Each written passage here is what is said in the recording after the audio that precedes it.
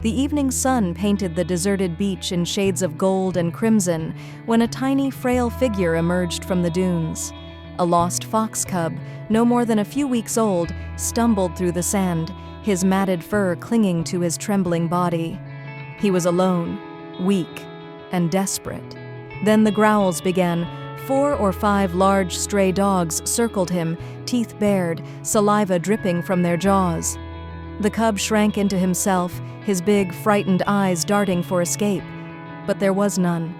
His tiny chest rose and fell rapidly, his breath shallow. He was too exhausted to run.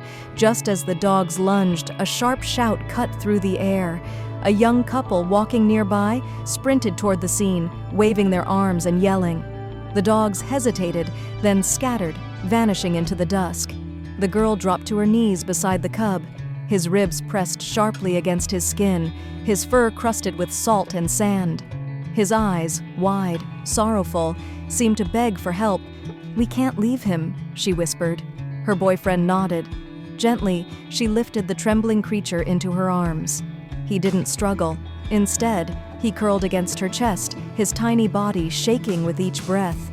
At home, they warmed milk and filled a small bottle. The cub's ears twitched as the girl brought it to his mouth. At first, he hesitated. Then, with a sudden urgency, he latched on, drinking greedily, his eyes squeezing shut in relief. Next came a bath. The warm water washed away the grime, revealing soft, russet fur beneath. The fox didn't resist. He simply pressed closer, as if thanking them in the only way he knew. Later, as the girl turned away to fetch a towel, she felt movement behind her. She spun around, and her heart melted. There, nestled in the folds of her blanket, the little fox had curled into a perfect ball. Only his bright eyes peered up at her, watching, trusting.